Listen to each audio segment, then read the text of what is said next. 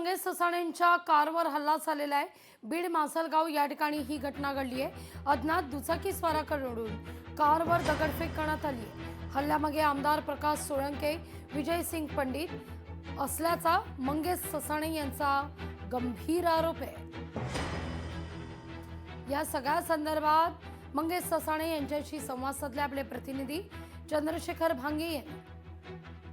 नेते मंगेश ससाणे यांच्यावरती माजलगाव दारू रस्त्यावरती जीवेगाणा हल्ला करण्यात आलेला आहे। आपण बघू शकतो की मंगेश ससाणे यांची ही जी चारचाकी गाडीचं नुकसान मोठ्या प्रमाणात आपल्याला दिसत आहे। ओबीसीचे नेते मंगेश ससाणे थोडक्यात बचावलेले आहेत। आपण थेट त्यांच्याशी बातचीत करूयात। मंगेशजी, काय सांगाल? काल आम्ही माजलगाव पोलीस स्टेशन मध्ये पवन करवर हा आमचा ओबीसी सहकारी आहे, त्याच्यावर जीवघेणा हल्ला झाला होता 2 महिन्यापूर्वी आणि त्याच्यामधील जे पण कोण आरोपी आहेत एकाही आरोपीला अटक नाही। त्यातल्या एका आरोपीला अटकपूर्व जामीन झालेला आहे। तर या संदर्भामध्ये जाब विचारायला आम्ही त्या माजलगाव पोलीस स्टेशन मध्ये संध्याकाळी 9 वाजता गेलो होतो। तिथं आमची चर्चा झाली। तिथं अनेक माध्यमांचे प्रतिनिधी होते। तिथं सविस्तर चर्चा झाली।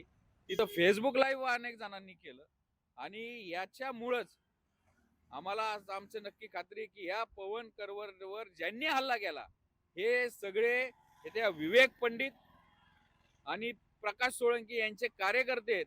तुमचा थेट गंभीर आरोप आहे या 2 आमदारांवरती की तुमच्या हल्ल्यामागे 2 आमदार आहेत? असू शकतात, कारण की तिथे जाऊन त्यांच्या कार्यकर्त्यांना अटक करा।